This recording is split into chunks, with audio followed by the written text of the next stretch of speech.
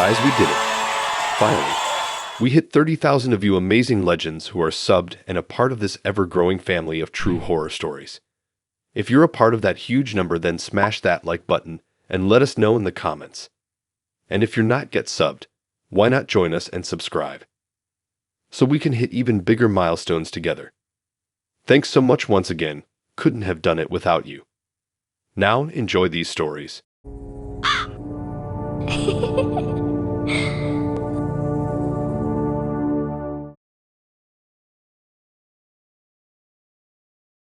So this one's still weird for me to talk about, even though it wasn't the worst day I've had.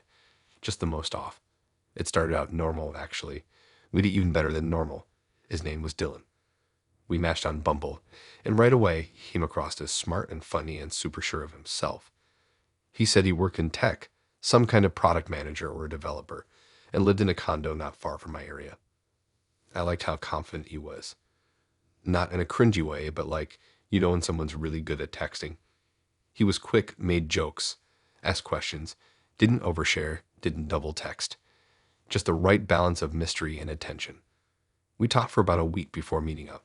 First date was decent. Coffee in the afternoon, sitting outside near the canal.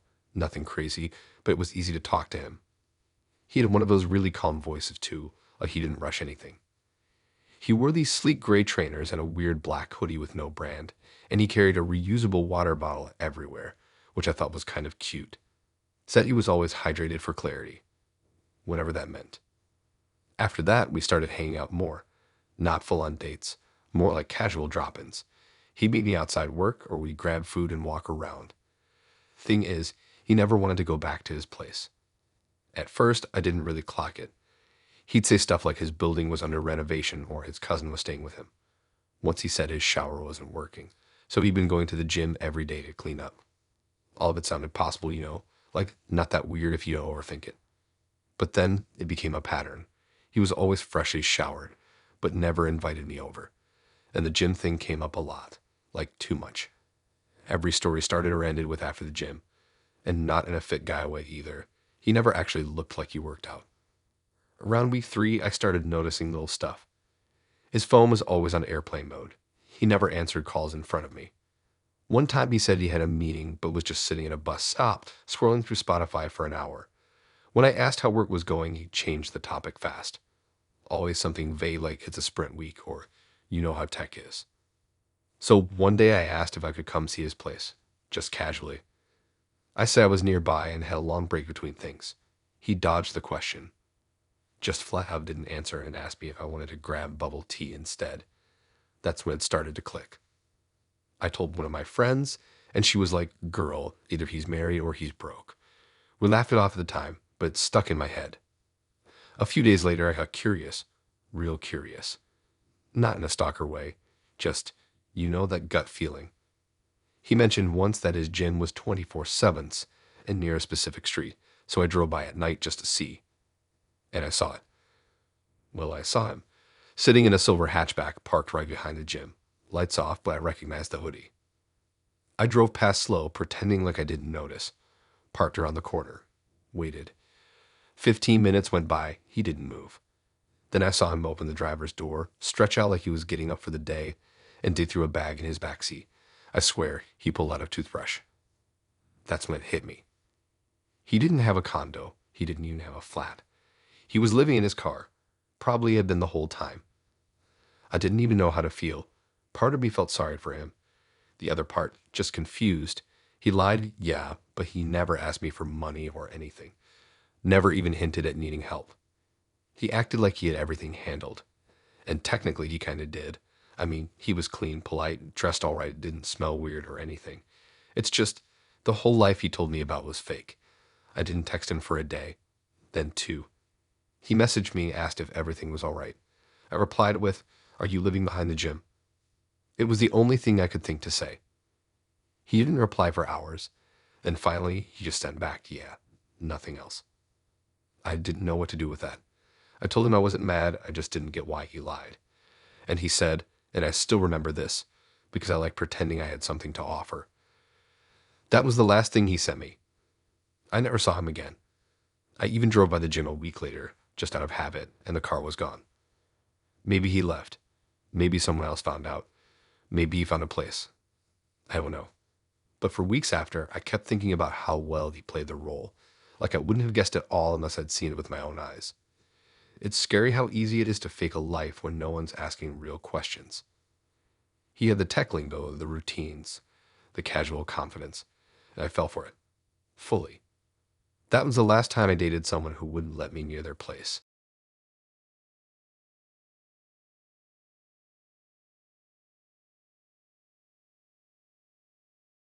I should have ended things the first time she turned up uninvited. That sounds harsh, I know, but when I look back on it now, that was the moment it all started slipping. At the time, I thought it was cute. She said she missed me and wanted to surprise me with lunch, but I hadn't told her where I worked. Somehow she found it anyway. I was sitting at my desk just doing emails or whatever when my coworker nudged me and pointed toward the glass entrance.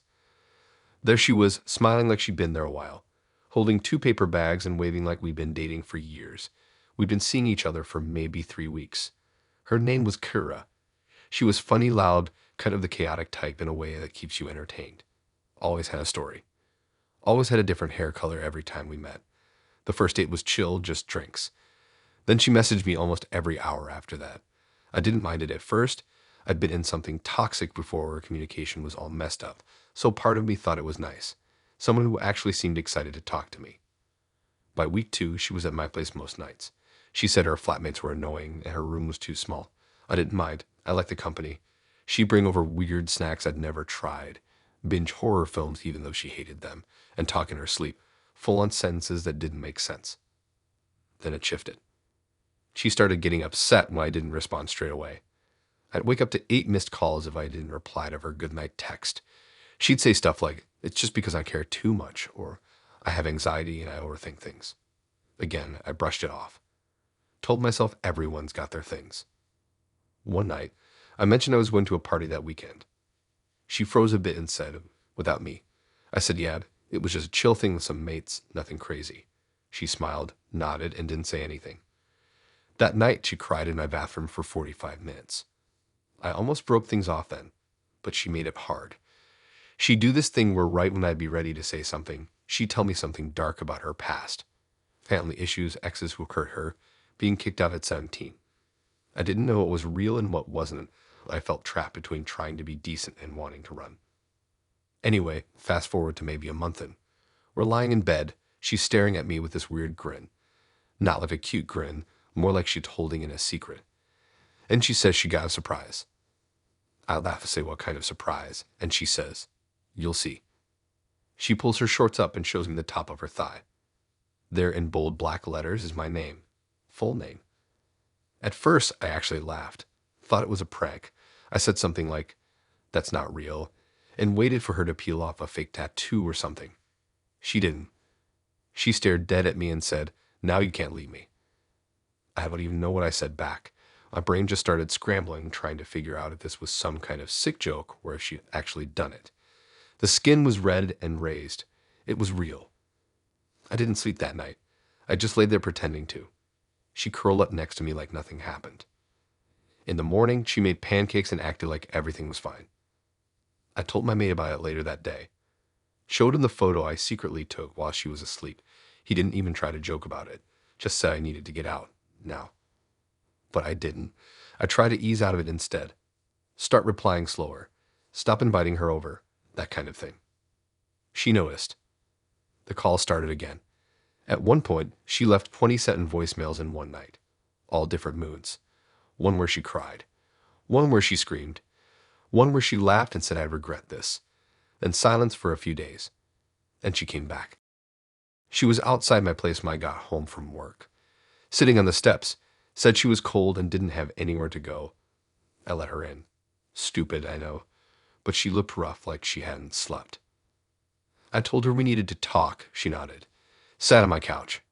Then, as I started talking, she took out her phone and started recording me, just casually. When I asked what she was doing, she said, "For proof.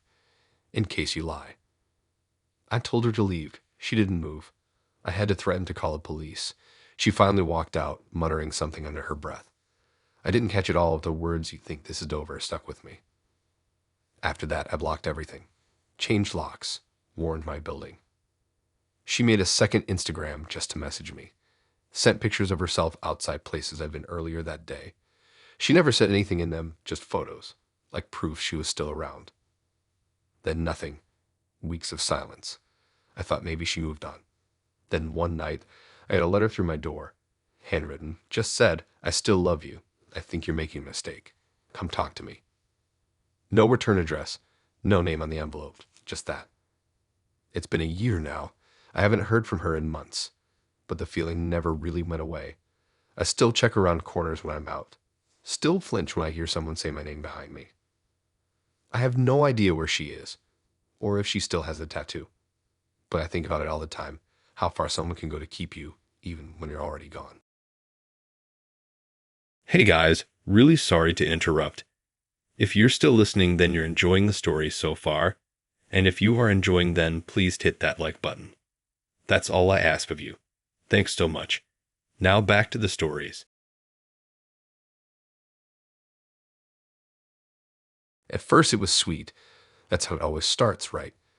He made me feel like I was the only person in the world who actually mattered. His name was Marcus. We met through mutual friends, just some casual drinks at a bar. He wasn't the loudest guy there, but when he spoke, everyone listened. I remember thinking he had this calm confidence about him, like he didn't need to impress anyone. He texted me later that night. Nothing creepy, just a quick "had fun. Hope you got home safe." And from there, it became constant. Little check-ins, funny photos, good morning texts. He remembered everything I said, even the dumb stuff, like how I hated when my coffee order got messed up, or how I always put my left shoe on first. It was flattering. We started dating properly within a few weeks. He planned little surprises, my favorite snacks waiting in his kitchen, playlists he swore reminded him of me. It was intense, but in a way that made me feel special. Everyone wants to feel wanted, right? The first red flag didn't even look like one at the time. I was out with my friend Lee, just grabbing pizza, and he texted me saying he missed me. Then another message saying, "They don't really get us, you know." I laughed off. I thought he was just being playful, like he wanted me all to himself for a night. I sent him a photo of my food, told him I'd see him later, and left it at that. But then it happened again, and again. If I was out with friends, I'd get these texts like, "I feel like they don't like me," or "I'm not sure they're good for you." It was always subtle, wrapped up in concern. He'd say things like, "I just worry they don't want the best for you," and at the time, I believed it. Soon, I noticed I was spending less time with my friends without even realizing it. I'd cancel plans because he said he had a bad day, or I'd tell him I was tired when really, I just didn't want to upset him. He had this way of making me feel like choosing them meant I was choosing against him. The first real argument was when I went to a friend's birthday dinner. I told him about it days before. He said he was fine with it. But halfway through the night, my phone started blowing up. Text after text. "Why are you still there? What are you even talking about with them? I feel like you don't want to be with me tonight." I left early just to shut him up. He was waiting outside my place when I got home, leaning on his car like he'd been rehearsing what to say. He apologized, of course. Said he just missed me too much. Said he couldn't stand the thought of me having fun without him. He cried a little. Told me I was his whole world. I forgave him because I didn't know how not to. After that, the text got sharper. Less "I miss you" and more "I don't want you seeing them anymore." At first, it was about specific people. Lee because she was toxic, my coworker Ben because he liked me, even my brother because he didn't respect our relationship. I thought he was joking at first when he said that one. He wasn't. The thing is, it didn't happen overnight. It was this slow drip of isolation, like water wearing down a stone. By the time I realized how far it went, I hadn't seen my friends in weeks. I stopped answering their calls. I stopped posting on social media because he'd ask who I was trying to show off for. He even made me feel guilty for talking to my mom too much. He said I let her control my life. One night, Lee texted me out of the blue, asking if I was okay. She said she hadn't heard from me in forever. I stared at the message for an hour. I didn't know what to say. When I told Marcus she'd reached out, he exploded. Not loud, not throwing things, but cold. Quiet. He said if I wanted to be with her so badly, maybe I should just leave. Then he stormed out of my apartment. That was the first time I felt scared. The next day, he sent flowers, apologized again. Said he was just terrified of losing me. Said he'd never loved anyone like this. That kind of thing. It almost worked. It almost pulled me back in. But then he started showing up unannounced. At my work, at the gym. Even when I told him I needed space, he'd just wait outside my building, leaning against his car, staring at his phone like he was some misunderstood hero waiting for me to forgive him. The final straw came when I told him I wanted a break. I said it calmly, explained that I needed to think, that I felt like I was losing myself. He laughed. Not like something was funny, just the short, cold laugh that made my stomach drop. Then he said, "You don't get to just leave me. You're mine." I remember shaking as I told him to get out. He didn't move at first, just stared at me, eyes narrowed, like he was trying to figure out if I was serious. Then he left. I blocked him on everything that night, changed my locks the week after. Lee and a couple of friends helped me pack some things in case I needed to crash at their places. For weeks, I jumped at every sound outside my window. Every car door that slammed made my heart sob. He tried to call me from different numbers for a while, but I never answered. Eventually, it stopped, or at least I think it has. I haven't dated anyone since. I don't even know how to. But sometimes when I'm walking home and I see a car idling on the street, I wonder if it's him. Still waiting, still convinced I'm his. The first time she brought him up, we were sitting on my couch sharing a tub of ice cream after watching a dumb action movie. It came out of nowhere, the kind of silence where you think someone's gonna say they're tired, but instead she just dropped it. She said her ex died last year. Said it like it had been sitting in her chest the whole night. Told me they were together for years, that they were serious. Then she went into this whole emotional story about how he passed in a car crash while driving to surprise her. She said she still heard his voice sometimes. That she had his hoodie still folded on her shelf, untouched. I remember just freezing with the spoon halfway to my mouth. You don't really know what to say in that moment.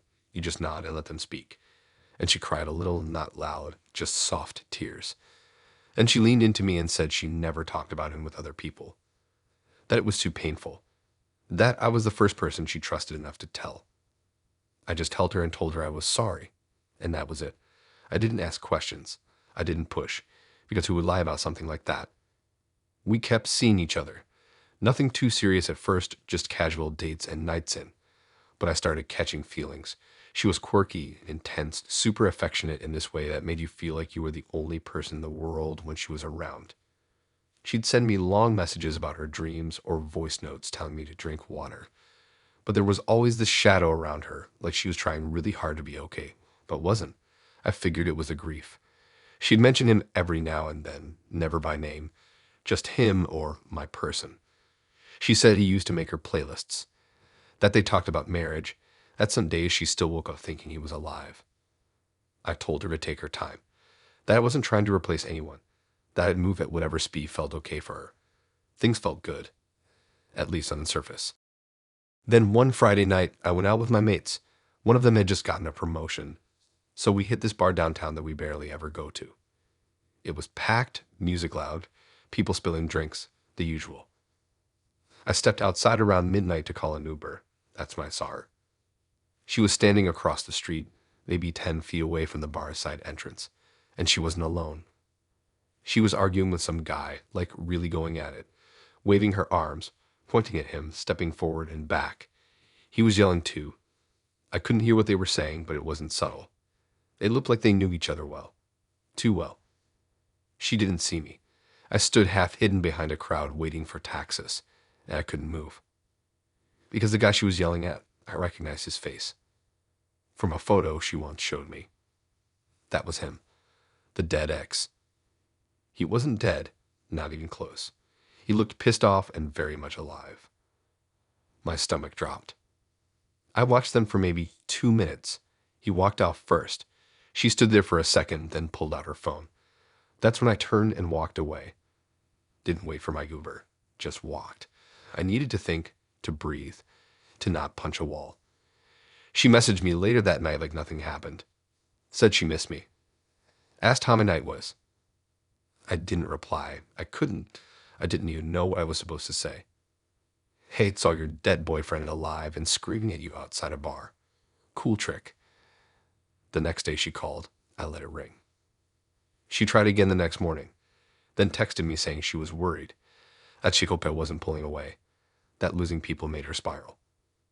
I finally responded and said I needed to talk to her in person. She agreed. We met at a coffee shop near her place. She showed up in this oversized hoodie, messy bun, no makeup. Looked fragile, like someone who needed comfort. I almost felt bad for what I was about to say. Almost. I asked her straight up who the guy was. She froze, blinked, then asked me what I meant. I told her what I saw, told her I recognized him. She went quiet for a while, and finally admitted it. He wasn't dead. They were together for years, yeah, but they broke up after a messy fight, and she didn't take it well. She made up the story, said it helped her cope. That pretending he died was easier than explaining why he left her. That the lie just sucked. And then she met me, and it was too late to backtrack. She said she didn't think I'd ever find out. I didn't even know what to say. I just sat there staring at her while she stirred her coffee like the room wasn't spinning. I got up and left. She texted after that. A few times, tried to explain again. Said she really did care about me. Said I made her feel safe again. Said it wasn't about manipulation, it was just survival. I didn't respond. I blocked her a week later. But sometimes I still wonder how many people she's told that story to. How many believe it? How many saw that same hoodie on her shelf and thought it was a memory instead of a lie? And every time I pass that bar downtown, I look across the street just in case they're there again. Arguing, living, existing. Just like the rest of us.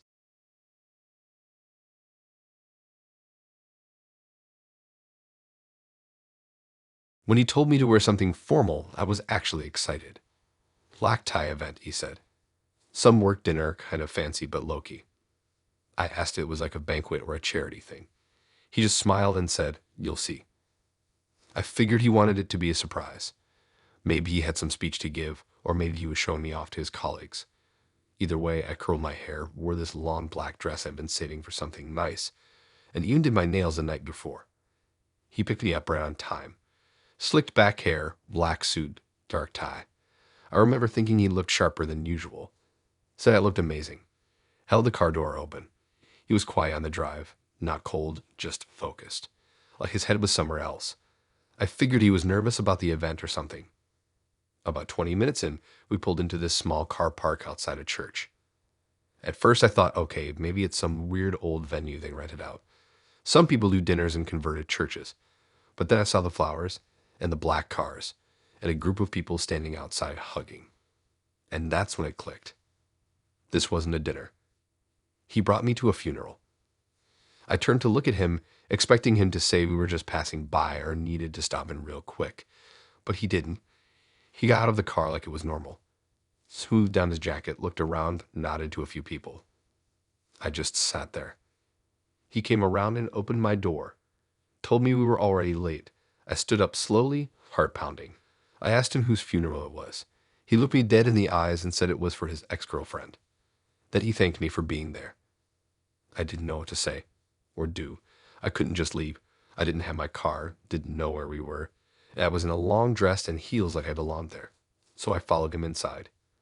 The room was quiet, heavy, full of flowers and soft crying. A slideshow played on a screen at the front. I remember the music, some acoustic thing, probably her favorite. People kept dabbing at their eyes, whispering, holding hands. He led me to a seat near the middle, not the front, but not far back either. Close enough that people would definitely notice me. I felt everyone's eyes on me, but I kept my head down. My palms were sweating. I felt sick. And then the photo started showing her face. She was beautiful. Blonde. Big smile. The kind of person who looks like they belong in a coffee shop commercial. There were pictures of her hiking, laughing, cuddling dogs.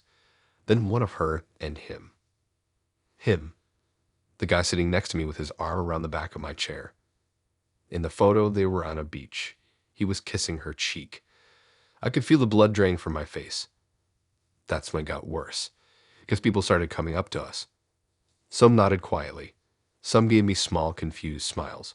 One woman, maybe her mom, maybe a close friend, came up and held his hand for a moment, then looked at me like I was an exhibit. She asked me softly how I knew her. I just stared. He jumped in and said I was there for support. Support. For him. I couldn't process it. I sat through the entire thing in silence. My legs were numb, my mouth dry. I couldn't stop looking at the slideshow. I kept expecting him to lean over and explain. To say something like, I didn't want to come alone, or she would have wanted you here. But he didn't say a word. After the service, there was a gathering in the church hall. I followed him out just to stay close until I figured out what to do. He poured himself a drink, talked to a few people, nodded along to stories about her. A couple people asked me if I was the girl he was seeing now. I just smiled weakly. I couldn't even make eye contact. Finally, when we were alone near the back, I asked him why he brought me there. He just looked at me and said, I didn't want to go alone. That's it. No apology, no heads up, nothing. He said they had been on and off for years. That she died in a car accident 2 weeks earlier. That he was devastated, and that he figured I wouldn't mind being there.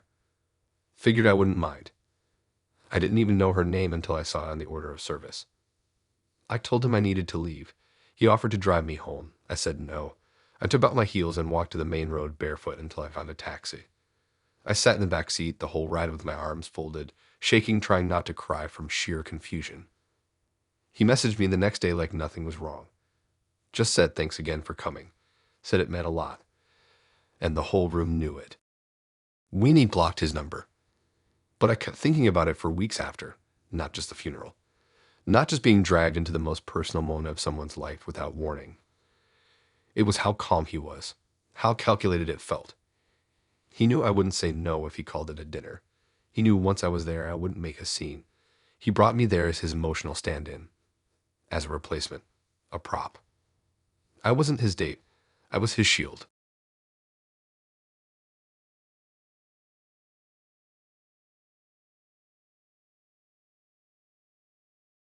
I should just ended it over text. I've thought about that too many times since it happened. I didn't want to be that guy, though. The type that disappears or sends one of those classic sorry, it's not you messages. I thought I was doing the right thing. I thought being honest face to face was more respectful. I didn't think it would turn into what it did. Her name was Zoe. We met on Bumble during that weird stretch of warm weather in February when everyone forgets it's still technically winter. She had this huge smile in all her photos, like poetry, and said she preferred nights and over parties. Seemed cool. We matched, started talking, and it just clicked fast. We met up that week. Our first date was chill. Coffee, then a walk, then she came over and we watched something random on Netflix. Nothing weird, nothing intense. She was friendly, a bit sarcastic, and asked a lot of questions. I liked her energy at first. She made you feel like you were the most interesting person in the room, even if all you said was you worked in tech and liked burgers. We started hanging out more after that. She came to mine a couple times. I went to hers once or twice. We weren't official or anything, but she definitely acted like we were a thing. Called me her person in front of a barista once.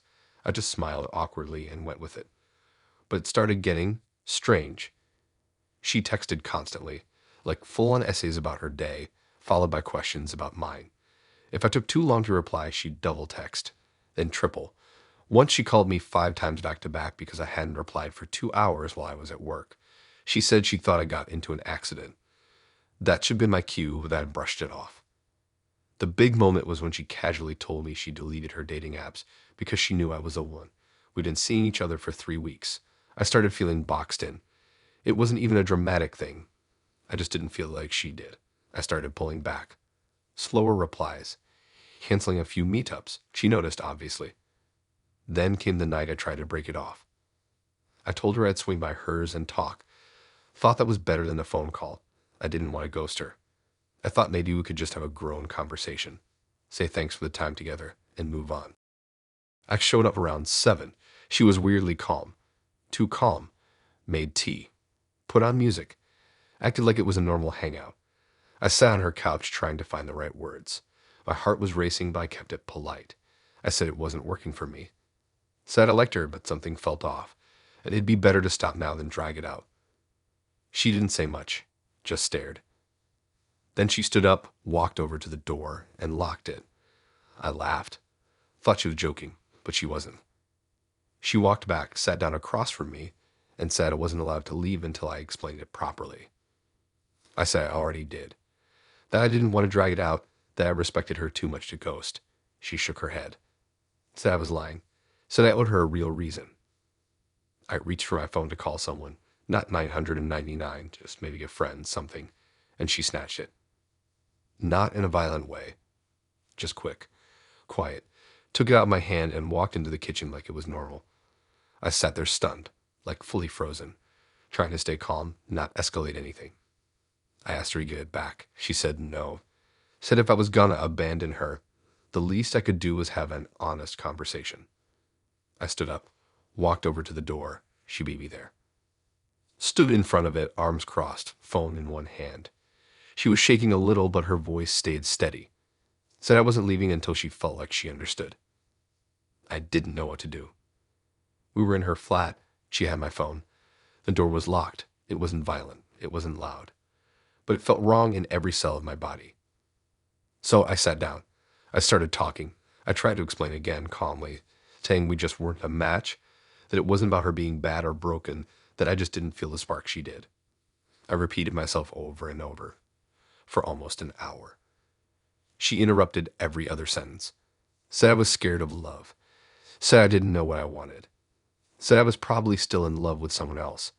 Said she could fix it if I just gave her time. It felt less like a conversation and more like being interrogated for a crime I didn't commit. Finally, she said fine, tossed me my phone like it was garbage, and stepped away from the door. I unlocked it, walked out without saying a word, and didn't stop until I hit the main road. She messaged me later that night. Said I broke her heart. Said I gave up too fast. Said she'd never forgive me for abandoning her in the middle of healing. I'd never replied. Blocked her on everything the next morning. She emailed me twice after that. New accounts. Same stuff. Long paragraphs, emotional guilt, random compliments followed by anger. I stopped reading after the first one. I haven't been to that side of the city since. I still don't know what would have happened if I pushed harder, if I tried to grab my phone or unlock the door without talking. I don't know how far she would have taken it. But I never should have gone there in the first place. Some people don't want closure. They want control. And once they have it, they won't let you go until they're done talking.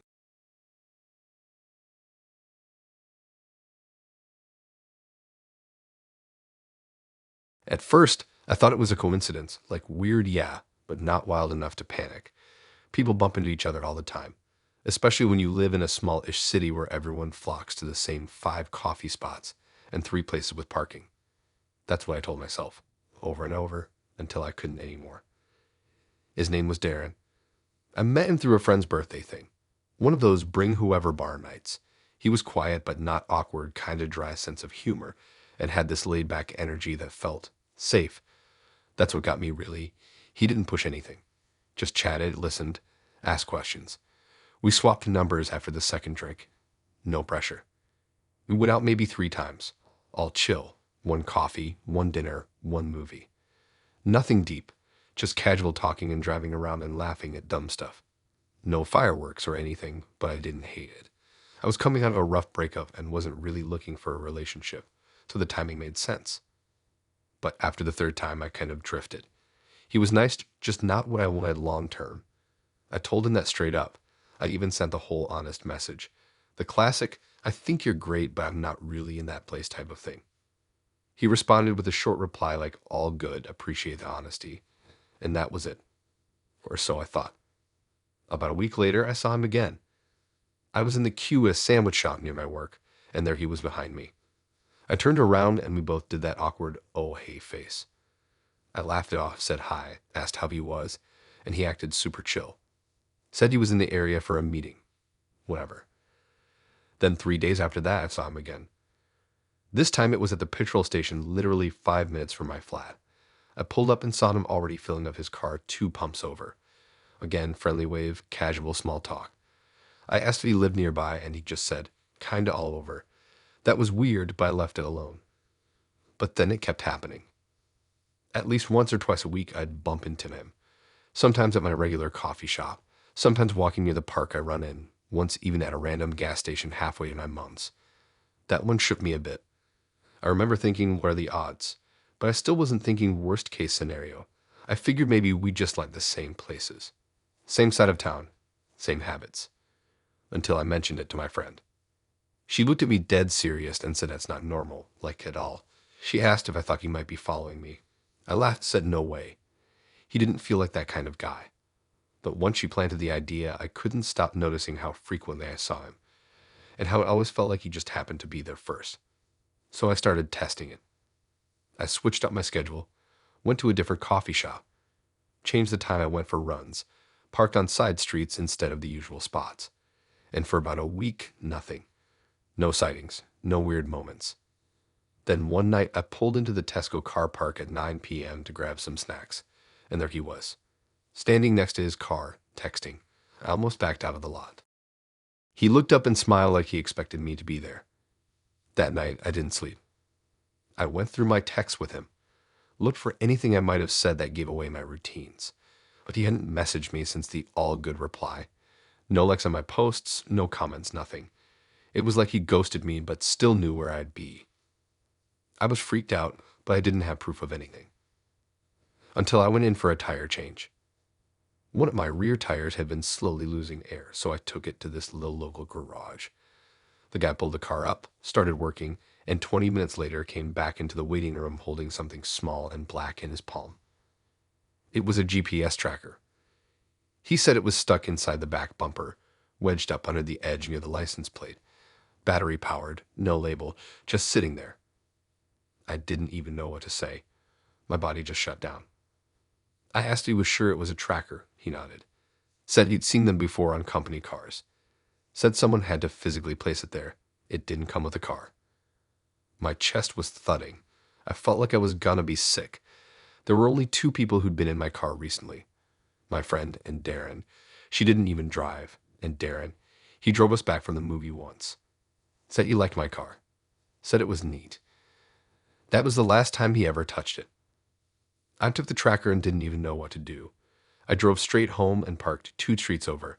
I didn't go inside right away, just sat in my car holding the thing, thinking about how long it had been there.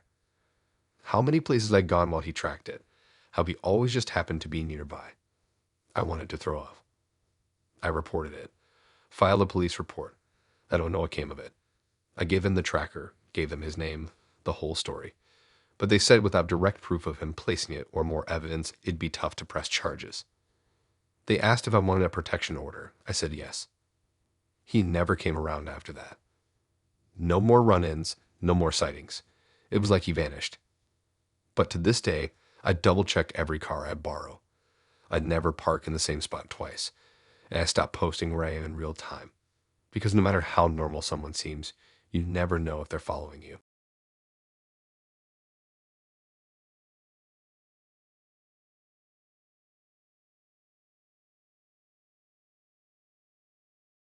I met her at a friend's barbecue. I wasn't even gonna go.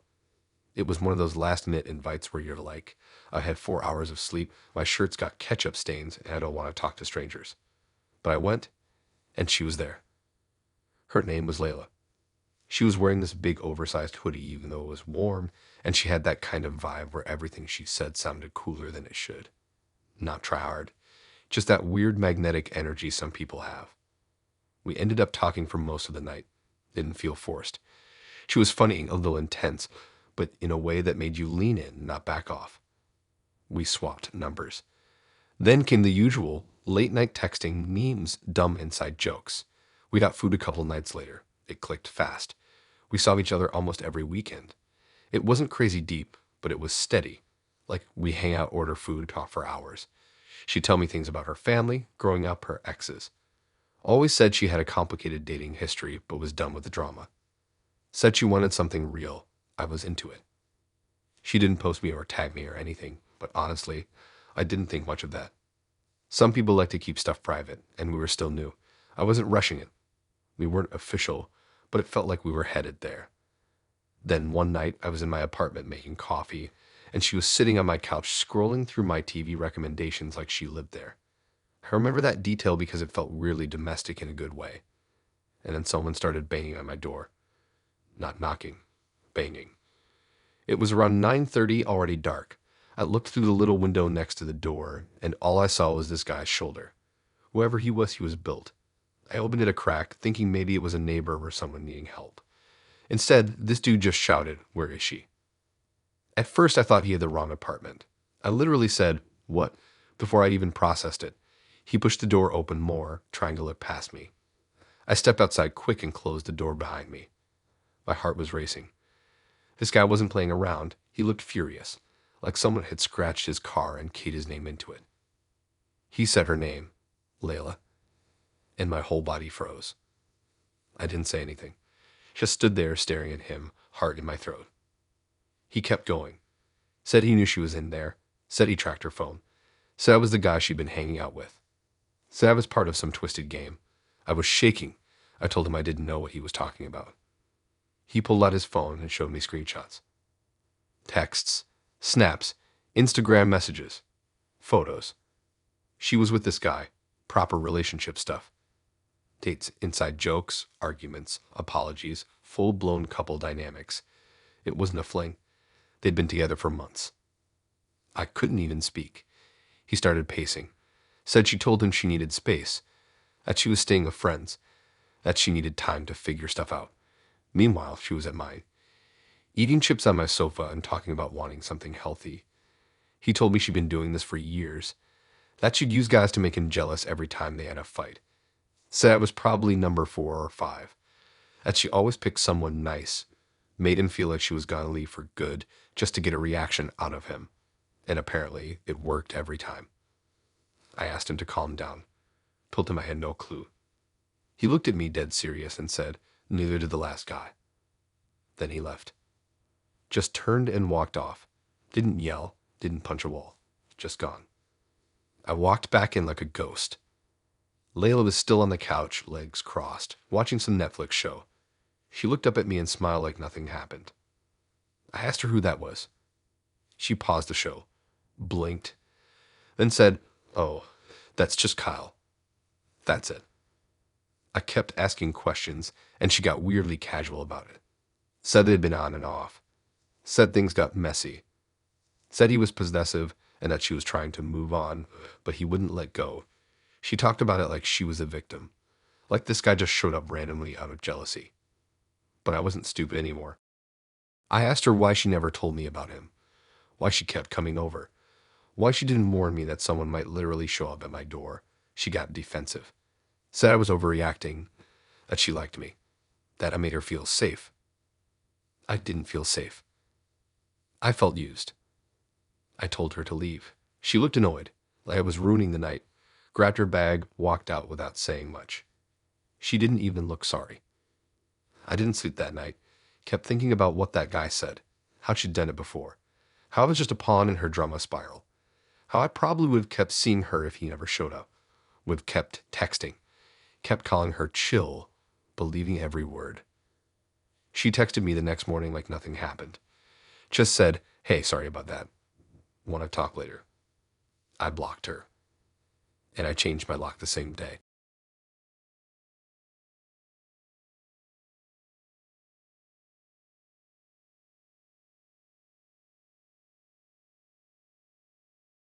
It started off normal, actually better than normal. One of those rare first dates that actually felt chill, not awkward or forced or full of filler talk. We met through Hinge, talked for a couple of weeks before meeting. His name was Josh. He was into books, hiking, obscure documentaries, that kind of thing. He spoke softly, dressed clean but not overly styled, and had this way of locking eye contact like he was really seeing you. At the time, I thought that was a green flag. We went to a little Thai place in a strip of restaurants near my work. Not too noisy, hidden lighting, proper sit-down vibe. He was smooth in conversation, but not in a creepy way, just thoughtful. Every time I said something, he'd pause, think, then respond like he'd been waiting to hear that exact thing. It was flattering, honestly. I felt smart around him. He'd listen hard, then say something like, "Yeah, that totally makes sense," and then expand on it in a way that made me feel like maybe I was interesting for once. We went on 3 more dates after that. A bookstore dinner again, a walk in the park where we shared a bench and watched ducks. Nothing major happened. It was slow, which I liked. He didn't pressure anything. Said he didn't believe in rushing stuff. He'd just give these quiet smiles that were more intense than I noticed at the time. Looking back now, they weren't so much soft smiles as they were fixed ones. Long, unblinking, but I ignored it. The fifth date, I invited him over. It felt fine. He brought a bottle of wine and dessert from a bakery he said I offhandedly mentioned once. I didn't remember saying that, but whatever, it was sweet. We watched some random film that neither of us paid attention to. He didn't try anything beyond just laying next to me. It was nice. Safe, or at least it felt that way. I told him he could sleep over. It was late raining and he lived on the other side of the city. He said, "Thank you," like I just handed him a winning lottery ticket. Again, I didn't think too hard about it. I figured he was just being polite. We went to bed, just slept. No weirdness, no expectations. I was out cold in minutes. The rain always knocks me out. But the next morning, that's where everything flipped. I woke up naturally, no alarm, maybe around 7 or so. The room was quiet, still kind of dark because the blinds were drawn. But there was light sneaking through the gaps. I rolled over slowly, expecting to find him half asleep or snoring, or turned away. Instead, he was upright, propped up against the headboard, legs under the blanket, just sitting there, watching me. He didn't flinch when I moved, didn't pretend to check his phone or stretch or anything. He was already looking at me, eyes wide open. Smile on his face, not a big grin, just this small, still smile like he was frozen in an ice dream. I didn't say anything at first. My body was still catching up with my brain. For a second, I thought maybe he was just spaced out. Maybe he'd woken up before me and was thinking about something and just happened to be looking my way. Then he spoke. He said he just liked how peaceful I looked. No laugh, no joking tone. He just said it like it was a normal sentence. I laughed nervously, out of reflex, still trying to pretend this wasn't weird. But something inside me started crawling, like my body picked up on something before my brain fully got there. I got up and went to the bathroom. I closed the door and just stood there, not even peeing, just standing, trying to figure out what that was. It wasn't just him watching me. It was the way he seemed proud, like he'd been doing it for a while, like he wanted me to wake up and see him doing it. When I came back to the room, he hadn't moved. Still sitting, still that same quiet smile. I said I was hungry and maybe we should go grab food. He said he wasn't ready to leave yet. I didn't respond, just started gathering my clothes from the floor like I was in a rush. He asked if I was okay. Still soft-spoken, but with this edge of disappointment like I ruined something. I said I had errands to run. He nodded, finally got up, moved slowly, took his time folding his jacket over his arm. He thanked me again for letting him stay, said it meant a lot. I didn't make eye contact. He left and I locked the door immediately. Then I went around and double-checked the windows, the back gate, everything. It wasn't just that he watched me sleep. It was the fact he didn't think it was weird, like he thought that was the moment we were most connected. I blocked his number that afternoon, unmatched him everywhere. I didn't say anything, didn't explain. I just wanted it gone. A few days later, I got a handwritten note through my letterbox. Just a small piece of paper. No envelope. No return name or address. It said, "You're different from the others. Please don't be scared." That was it. I never gave him my address. I still don't know how he got it. I moved flats a month later. I sleep with my curtains shut now. I never let someone stay over unless I've known them for a long time. I haven't used Hinge since.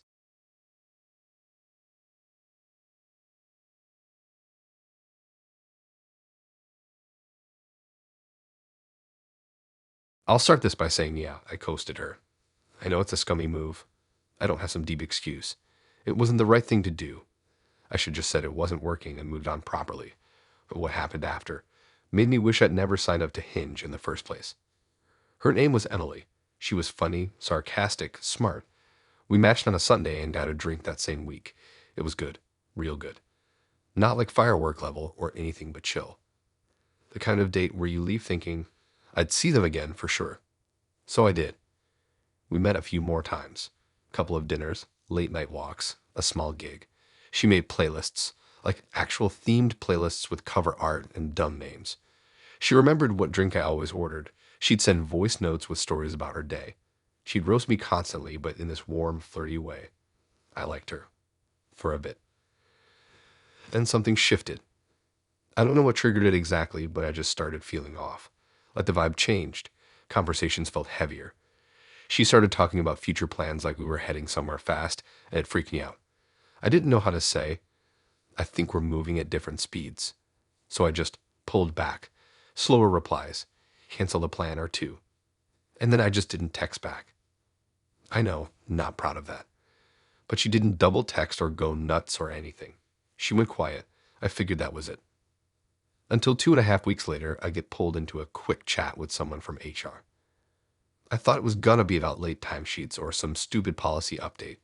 But no, she sat me down, said they'd received a serious email from someone accusing me of targeted emotional manipulation and coercive dating behavior. I blinked, literally had no clue what that meant. She asked if I knew someone named Emily. My chest just dropped.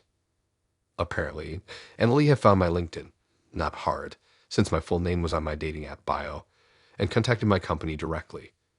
She mailed a general HR inbox, saying I'd used my position of professional authority to manipulate her emotions, that I ghosted her as a form of power play after leading her on. She described me as predatory, emotionally abusive, and recklessly damaging. She made it sound like I used psychological tactics to trap her or something. I'm a product designer. I have zero power anywhere. The HR person asked if any of it was true. I said no, obviously. I told them we dated for a few weeks and I coasted. Bad judgment, but not harassment. They said they needed to log the report and conduct a brief review. I didn't even know what that meant. They weren't accusing me of anything directly, but they needed to ensure the workplace remained respectful and inclusive. I wanted to scream. I spent the next week walking on eggshells at work. No one said anything, but I felt weird. I didn't know who else saw the email. Didn't know what HR was actually checking. My manager didn't bring it up, but I caught her giving me these weird side looks a couple of times. Meanwhile, I checked my LinkedIn settings. She viewed my profile, obviously. I didn't even know she remembered my last name. I went through old texts trying to figure out what I told her, but I guess it slipped out somewhere. I blocked her on everything, but the damage was done. A week later, I got a follow-up from HR saying the review was closed, that there was no policy violation, and that I wasn't at fault, but that they encouraged me to be mindful of the professional risks associated with dating apps.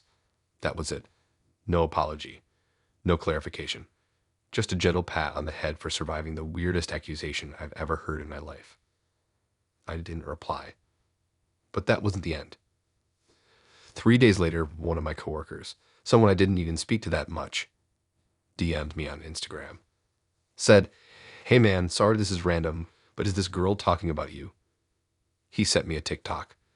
It was a girl's voice over a blurry photo of some guy's hand at a restaurant. It had a long story in text across the screen. She was talking about a guy who love-bombed, withdrew affection, then discarded her, all while pretending to be a kind-hearted creative. The caption said, "If you work in design and shortage, just watch your back." That was me. That was my hand in the photo. I remember that dinner. I remember she took a picture of our food and I thought nothing of it. It had over 40 views. She never named me, but she didn't have to. We had mutuals. People saw it. People knew. It spread just enough to make things uncomfortable. Another designer from a totally different agency liked the video. My coworker showed me. I almost deleted my account that night. I didn't message her. I didn't report the TikTok. I just went quiet. I haven't used a dating app since. And I'd never put my full name in a bio again.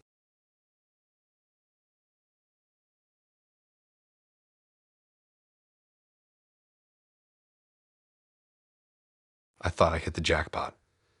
I'd been on enough dry dates to know when someone stood out. He wasn't just good at talking, he listened. Properly. He asked questions I'd never even asked myself. About my relationship with my dad, about the way I talk when I'm nervous, why I always interrupt my own stories. I'd say something random like, "I always get really awkward around confident people," and he'd pause, tilt his head, and say something like, "That's probably connected to how you interpret control." And he'd be right, or it would feel right. It felt like he could see straight through me. His name was Josh. He was older than me by 5 years, wore wireframe glasses, and always had a notebook in his jacket pocket. Said he liked writing down patterns. Told me on our second date that he was into psychoanalysis and behavioral stuff. I asked if he studied it, and he said yeah, in his own way. Said he preferred self-taught methods because uni just slows people down. I remember thinking that was kind of edgy, but he clearly knew what he was talking about, so I didn't really care. I introduced him to my friends pretty quickly. He blended in easily. He was always calm, chilled, polite. Never tried to dominate the conversation. Just threw in quiet observations that made people stop and go, "Oh, yeah." That's how it started. One of my friends had just gone through a breakup, and Josh offered to talk to her about it. Said he could help her get unblocked.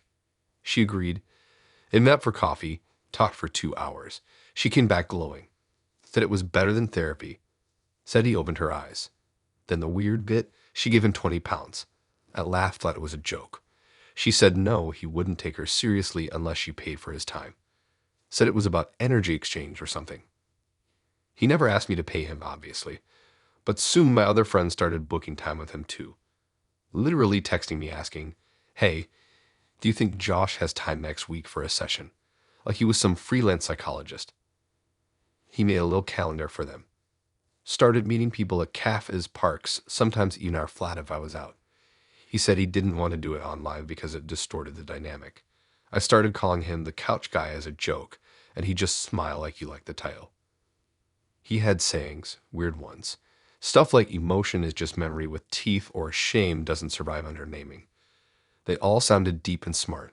He always had a quote ready. Always referred to a client or a case when he spoke about things he'd seen. It made him sound legit. But things started getting weird. First, he didn't like it when people challenged him. If someone in my group said something like, "Isn't that more of a trauma thing than attachment?" he'd get defensive. Subtle, but cold. He'd sort of shut them down mid-sentence with a look. Then later he'd tell me that person wasn't ready to be confronted. Second, he started keeping notes on people, like actual handwritten notes. Pages of them. One time he left his notebook open on my desk and I saw my friend's name in bold with bullet points underneath. Things like still carries guilt over dad, low self-worth masked by humor, likely uses sarcasm to avoid intimacy. It felt intrusive. He said it was just part of how he processes things. Then one night we were watching a show and someone said something about their license being suspended. And I asked without thinking if that ever happened to therapists. He froze, just went quiet. I asked again, "Wait, are you even qualified?" He didn't lie. That was the creepiest part. He just casually admitted that no, he'd never studied psychology formally. Said he watched a lot of lectures online. Said he'd read most of the core books. Said it didn't matter, that people cared more about feeling understood than credentials. I felt like the floor dropped. I started digging that night, checked if his name came up on any counseling register. Nothing. Asked him straight up what platform he was charging people through. He said he preferred cash. Said he didn't want a paper trail. I couldn't stop thinking about all the private stuff my friends had told him. All the crying sessions, the emotional dumping, the stuff they'd normally only say to someone legally bound to keep it confidential. He said he never shared anything. That he respected boundaries, but that didn't mean anything anymore. He had no rules, no training, no accountability, just a calm voice and a notepad. When I told my friends, most of them were shocked. A few defended him. Said he still helped them. Said it didn't matter how he learned. But eventually, once I showed them the receipts, or lack of them, they backed off. No one confronted him. Everyone just quietly coasted. I broke things off the next day. He didn't argue, just said he knew it was coming and that I had deep authority issues. I blocked him after that. The weird part, I still catch myself quoting him sometimes. Not because I want to, but because some of the stuff sounded real. I'll be venting about something and almost say one of his lines before I stop myself. It's like I still have his voice in my head analyzing me. But he wasn't a therapist. He was just a guy with YouTube and a notebook.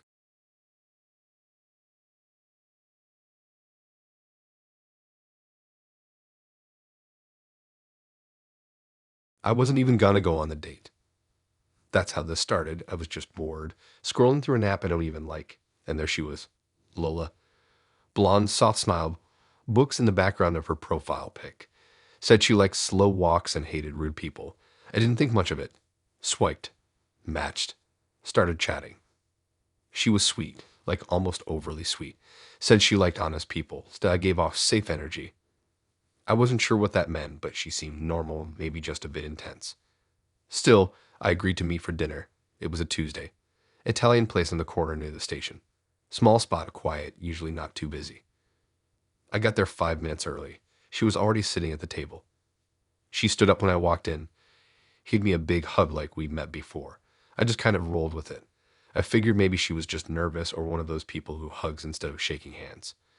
She smelled like that floral body mist teenagers spray too much of in changing rooms. It wasn't bad, just strong. She kept touching her hair while we sat, not playing with it, just smoothing it down like she was trying to stay composed. The conversation was fine. Basic first date stuff. Where we grew up, what we do for work, family stuff. She didn't ask too many questions, though. It was mostly her talking. A lot of, I just feel like, and I've always been the type too, like she was doing a TED talk instead of having dinner. The waiter came, and she ordered without even looking at the menu. Said she comes here all the time. That was the first weird moment. I've been to this place a dozen times. I'd never seen her here, but whatever, maybe different days. She talked a lot about her ex.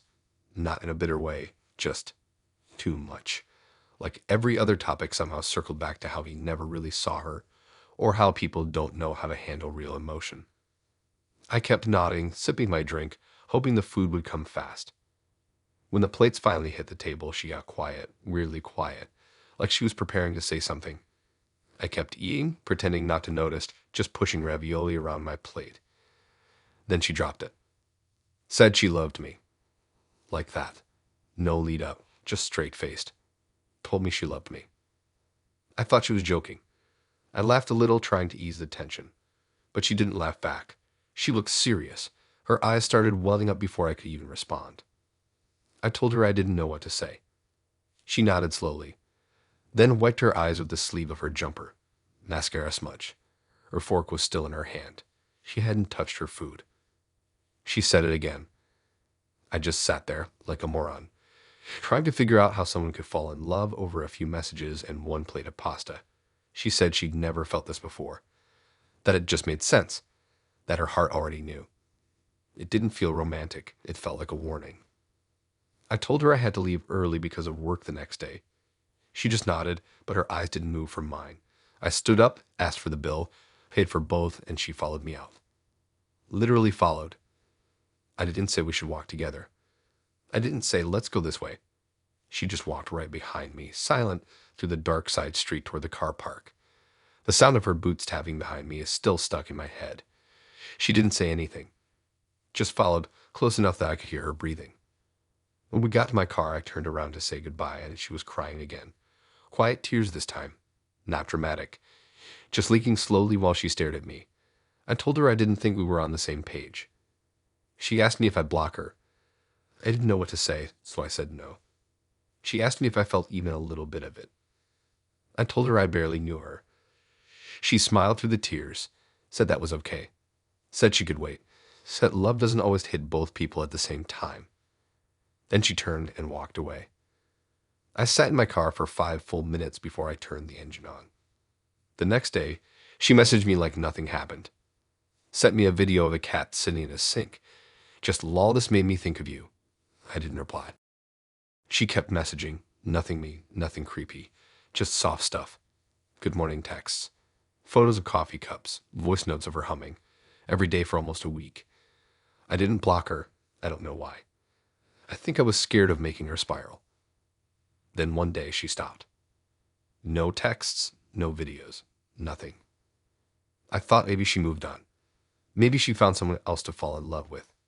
Maybe she realized how weird it was. But 2 weeks later, my mate sent me a screenshot. She posted a poem on her private Instagram. A sad-looking selfie with some long caption about giving your heart to people who don't know how to hold it. Her comments were full of girls saying he didn't deserve you and his loss. She never used my name, but the caption mentioned ravioli. And the photo was taken outside the same restaurant. That was the only date I had with Lola. Never saw her again. Never replied to her messages. Never walked down that side street after dark again either. Not because I'm scared of her, but because I still don't understand how someone could cry over me before they knew what my last name was.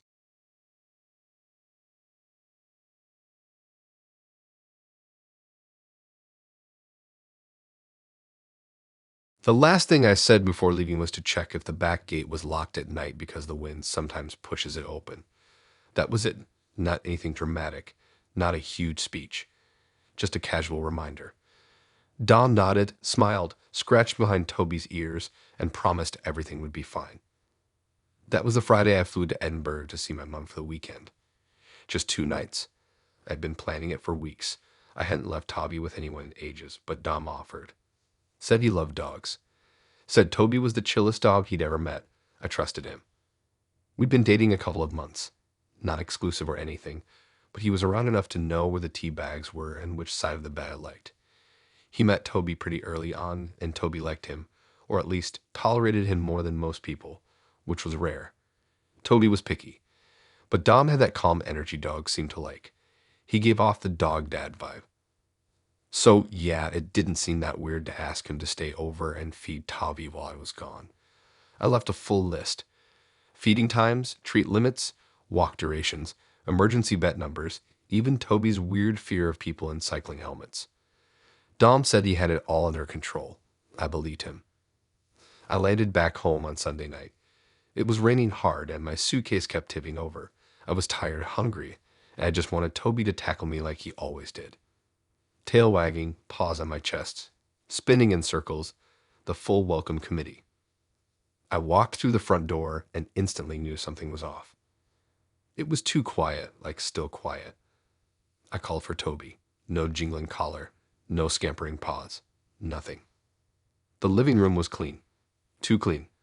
Dom's shoes were gone. The blanket he always threw over the arm of the couch was folded neatly. His backpack, which usually sat by the door, wasn't there, and Toby's leash was missing. I checked the kitchen. No dog bowl. Just the little plastic mat he used to sit on. Food bin. Gone. Toys from the corner. Empty. I stood there in silence, trying to convince myself that maybe Dom took Toby for a walk.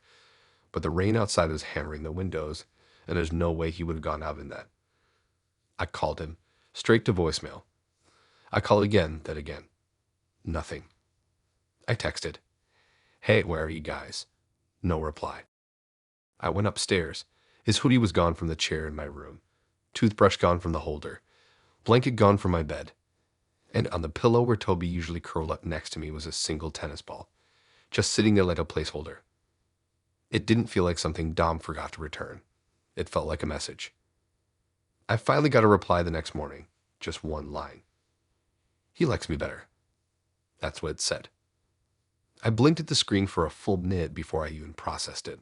Like, what? I called him again. This time it rang, then went to voicemail. I didn't leave a message. I just sat on the edge of my bed, scrolling through every photo I had of Toby. His dumb face in a cone, muddy paws on the couch. That time he chewed a hole in my duvet. All it. I felt sick. I tried to convince myself it was some joke. Like maybe he took Toby to his place and was being dramatic for no reason. But I'd never been to Dom's. He always came to mine. Said his place was small, his flatmate was weird about guests. I called his number again. Blocked. I checked his socials. Gone. Vanished. Deleted or blocked me from everything.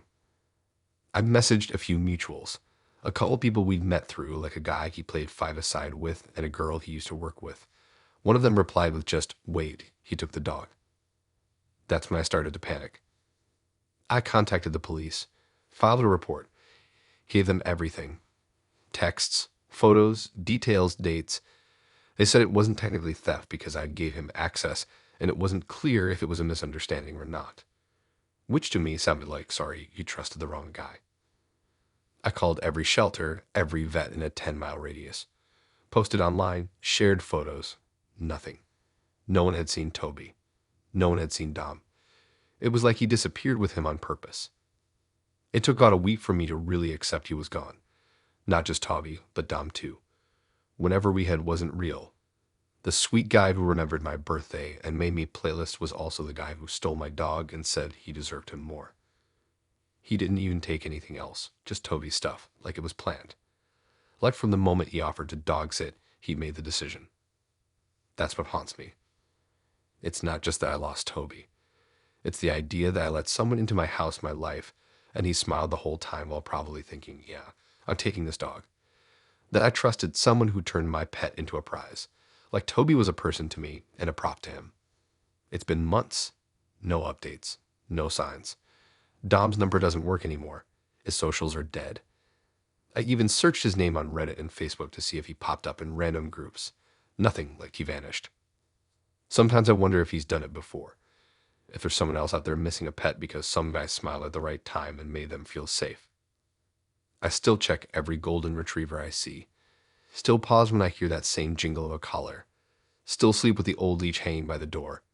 I don't know why I haven't taken it down. I guess I'm still waiting for Toby to come back. Or maybe just hoping Dom doesn't find someone else to take from.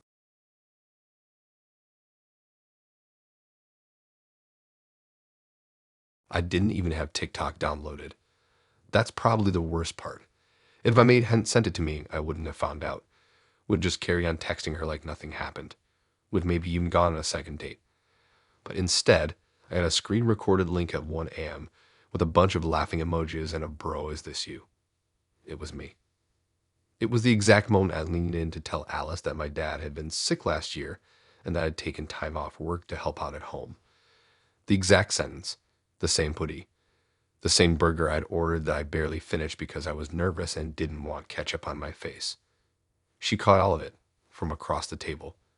From her phone, propped up against a bottle of water. I had no idea she was filming.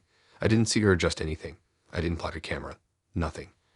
But the video was crystal clear, edited, with dramatic background music, fake subtitles, jump cuts, and a massive title across the screen that said, POV First Date with the Quiet Guy Who Low-Key Broke My Heart.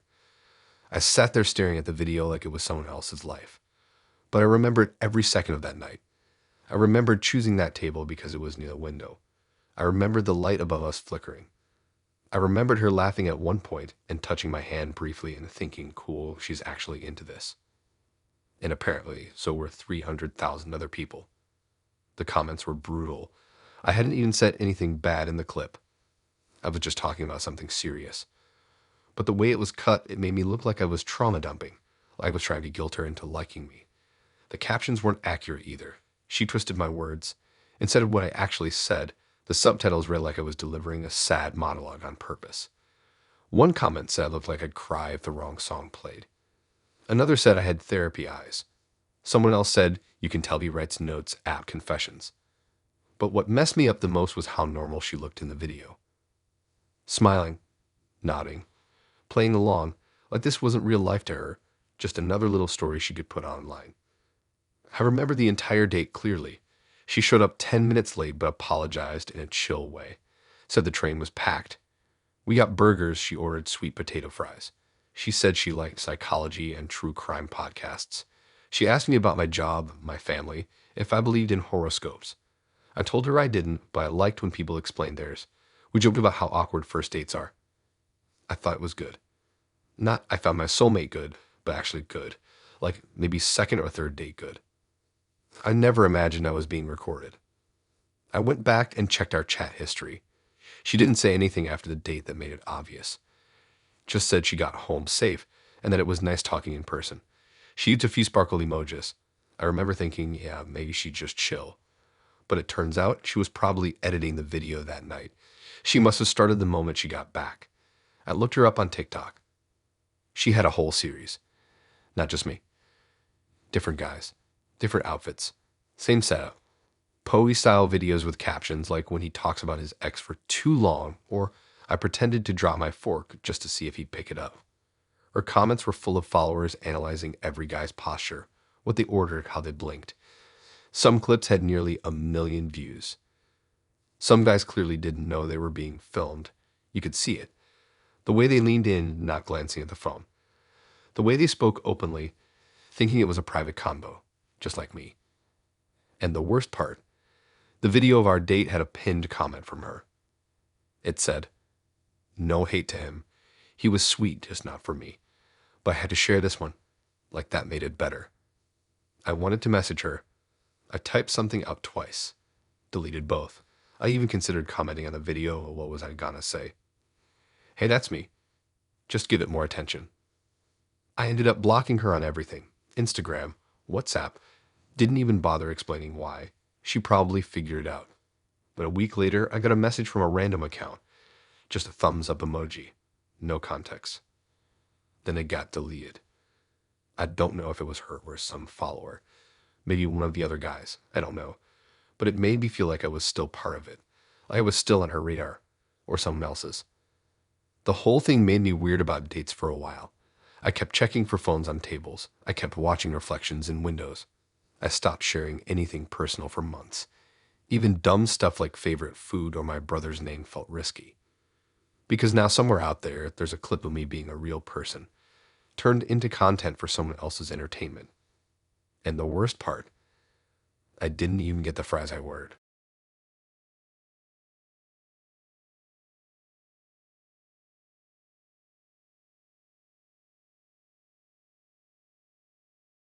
You know when someone seems too chilled, too put together. Like they'd practice being exactly the kind of person you fall for. That was Zane. He wasn't flashy or loud, just calm. Well-dressed, smelled nice, knew how to order without asking the waiter what came with the chicken. It's weird the little things that make someone seem safe. We met through a mutual friend's Instagram story. He reacted to something I posted. Not in a sleazy way, just a normal comment about my dog or my hoodie or something small. We started chatting from there. No app. No weird pickup lines. It just kind of flowed. He was smart, or at least he sounded smart. Always had something to say about books, politics, tech stuff. The type of guy who could make you feel like you needed to read more just to keep up. And he listened. He asked follow-ups, remembered things. He even remembered my manager's name after I mentioned her once. That stood out. We went out the first time for bubble tea and a walk. Nothing deep, but he kept showing up. Always on time. Always well-spoken. He never pushed anything. Never guilt-tripped. It felt easy, and I let myself relax around him quicker than I usually do. The weird thing is I didn't fall for him in the over-the-top way. There was no butterflies nonsense. It just felt solid, comfortable, like finally meeting someone who's not going to mess you around. Like someone who wouldn't suddenly ghost you or lie about liking pineapple on pizza or forget your birthday. That kind of safe. So we saw each other for 2 months. Maybe 10 or 11 times in total. We weren't official, but it felt close. Like we were heading there. He didn't love taking photos, but we still had a couple together. He never invited me to his place, but he always had a reason. Said he was fixing the floors. Said his flatmate had guests. Said he didn't like the area and preferred meeting on neutral ground. I never pushed it, because everything else felt so smooth. But then one Thursday evening I got a call from a number I didn't recognize. No name, just digits. I didn't answer it at first. Let it ring out. A few minutes later I get a voicemail. I wish I'd saved it. It was a woman's voice. Calm. Not crying, not shouting. Just a steady voice saying something like, "Hi, I think we've been speaking to the same man. My name's, well, it doesn't matter. I'm his wife." I sat there on my bed, frozen. Not even confused. Just frozen. I called the number back. I needed to hear her voice again to see if this was a prank or a scam or I don't even know what I thought. But she answered. Same calm tone, like she'd done this before. And then she told me I was number 4. Not in a mean way. She wasn't mocking me or anything. She said I was the 4th woman this year who had been seeing her husband. Said she had screenshots, names, phone numbers, photos, and every time she found out about a new one, he'd somehow spin it into something else. A lie about separation, or it's complicated, or we're not living together anymore. But they were. Fully married. Same house, she even described it. Same car. Same front garden. She listed off the landmarks near the park Zane and I always walked through. That's where he told her he was going when he'd leave to see me. She said he'd been doing this for years. Quietly, carefully, with rules. He only dated people through Instagram or mutual circles. He never let it cross into family. He kept the lines clean. Until she stopped ignoring the signs. She said she saw my name pop up on a tagged story and it clicked. Something about my jacket. She remembered it from a reflection in a window photo he once posted on Snapchat, thinking no one would notice the person next to him was cropped. The scariest part wasn't that he lied. It wasn't even that he was married. It was how calculated everything was. Everything about Zane was built to seem reliable. Like he wanted to be opposite of toxic. He'd tell me stuff like how honesty matters, how trust takes time. He never acted overly interested, never clingy, never love bombing, and that made him seem better than the rest. But it was all a cover, a strategy. After the call ended, I just sat there staring at nothing. I didn't cry, I didn't scream.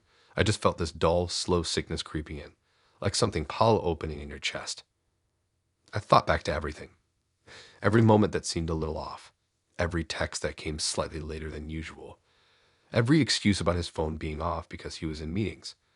I thought about how many things I ignored because he wasn't obviously suspicious. I blocked him that night. No text, no explanation. I just removed everything. But even that didn't feel real. He didn't try to contact me. Not once, like he already knew she'd told me. Like he was just waiting to see if I'd be one of the quiet ones who disappears without a fuss. A few days later, I got a follow request from a random account. No posts, just a generic name. I didn't accept it, but I checked who it was following. Me, and 3 of the women his wife had mentioned. He was watching. That's when it really hit. He probably didn't even feel bad, just curious, wondering which one of us would message the others, which one of us might try to warn someone else. I didn't. I didn't want to deal with it. I just deleted everything. And even now, sometimes, if I post something and someone views it too quickly with no profile pic or mutuals, I wonder if it's him. If he's still doing it. If there's a 5th now, or a 6th. I only saw him 11 times. 11 coffees. 11 walks. A couple kisses. Nothing dramatic. But the fact that he made all of that feel real, feel safe, while lying the whole time, yeah, that messed me up more than I expected. He never raised his voice, never said anything mean. He was polite, quiet, gentle, and married.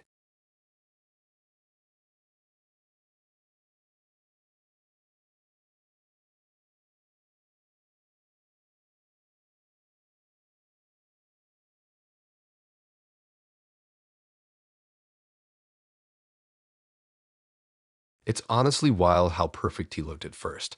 Like, too perfect. But when you're tired of weirdos and half-effort selfies, someone with nice teeth and clean clothes just feels like a miracle. Assam was clean-cut, had this friendly face, like the kind of guy who'd offer to carry your mom's shopping. His profile had a nice balance. 2 normal selfies, 1 group photo, just him and a dog, no weird party shots, and 1 pic of him reading a book in a coffee shop. He didn't even try to look edgy. His bio said he worked in finance, like cooking, and was looking for something real. It all just lined up. We matched on a Wednesday. I still remember because I was sitting in bed with a face mask on, and I actually laughed when he messaged me. Not in a cringe way, but like he seemed genuinely normal, not too dry, not too flirty, just straight up normal. We chatted for about a week before we met up. First date was simple. Oat lats, a walk through the park, and sitting on a bench until it got dark. He talked a lot, but in that charming way. Said he worked as a financial analyst for a consultancy. Said he moved here for work. Said he used to live in Manchester. It was all super casual, but he answered every question like he'd been interviewed before, like he already knew what people wanted to hear. But I didn't clock that until way later. We started seeing each other regularly, not in a serious, meet the parents way, just dating. Every time we went out, he looked polished. Never overdressed, but always fresh. Never overdosed on aftershave. Never wore shoes that looked like he ran through puddles. He smelled like supermarket soap in a good way. The way you'd imagine someone dependable would smell. But little things started building up. He never added me on socials. Said he didn't really use them. Didn't even have Instagram.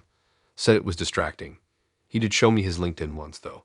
Full name, Asan Malik. Said he worked at a company I'd actually heard of. But when I searched it later, he didn't show up on their employee page. Still, I let it go. Maybe it was a privacy thing. Some people don't post that stuff, right? Then there was his flat. We never hung out at his place. Not once. Every time I asked, he made some excuse. His flatmate was sick, the boiler was broken, the cleaner had come late, it was being fumigated. The list got longer every time. So we'd always meet in public. Coffee, dinner, long walks. Never anything too private. At first, I kind of appreciated that. It felt slower, less pressure. But over time, it started feeling hollow. Like I didn't know where he actually lived. Then one night, we were out, and he left his phone on the table while he went to the bathroom. I wasn't trying to snoop, I swear, but the screen lit up. It was a message from someone named Sana Office. The preview said something like, "Did you get the document signed yet?" And then something that didn't make sense. So I Googled the company name and her contact info. It didn't match anything financial. It was a property management company. I didn't ask him about it straight away. I just started noticing more. His stories didn't line up. He said he was on a work call once when I called him randomly, but I could hear someone laughing in the background like they were playing Xbox. He once said he had a little sister, then later said he was an only child. And one night I caught him glancing at a couple at the table next to us and quickly turning away when the girl made eye contact. That moment stuck with me for some reason. It felt weird. So I did what anyone with a gut feeling does. I Googled him properly. Not just a name search, I got into it. Used reverse image search on his profile pics. That's my froze. One of his pictures, the one with him holding a dog, was on Pinterest, but it wasn't his account. It was on some blog post from 2 years ago about summer fashion. The caption said it was a stock image. Another one, the bookshop one, showed up on a local photographer's page. The guy in the photo wasn't even named Hassan. His name was Julian. He was a model. Every photo he posted was stolen, not just reposted. Fully lifted from stock sites and lifestyle blogs. Different angles, different places, but all fake. My stomach just dropped. I remembered the LinkedIn profile. Searched it again. Gone. The page no longer existed. It was probably just a dummy profile. That I don't have socialist things suddenly made sense, because he didn't, not really. I looked through my messages with him. I couldn't even find a single photo he'd sent in real time. Not one selfie. Not one, "Here's me at work," or "Look what I cooked." Nothing. Every image was perfectly lit, like they were taken by someone else. It was like dating a brusher. I felt stupid, so I stopped replying. I didn't even block him. I just wanted to see what he'd do, and that's when he turned. First came the casual follow-up texts. Then he asked if I was okay. Then a paragraph about how he was going through a rough time, something about his dad. The next day, he sent an apology for being distant and said he wanted to be honest. I didn't reply. Then the tone changed. He messaged me saying he felt unsafe with how I'd gone cold. Said he had a right to know what I was doing and that he hoped I wasn't the kind of girl who spreads rumors. I hadn't told anyone yet, not one person. He followed that up with a weird text saying, "You never really knew me anyway." That part was true. I never saw him again. His number disappeared from WhatsApp the next day. Blocked. Gone. The Tinder profile was wiped too. The weirdest part. A month later, my mate matched with someone who looked kind of familiar. Same smile, same teeth, different name. Different city even. This time he was called Rehan and said he was a freelance photographer. I told her to reverse image search the photos. Yep, all fake. He's probably still out there, rebranding, recycling, restarting. Whoever he really is, I never found out. But he was never Hassan.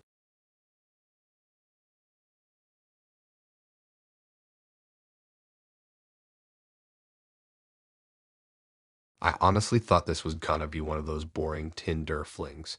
You talk, maybe go out once or twice, and eventually just drift. But I matched with Sally during this weird phase where I was actually trying to take dating seriously.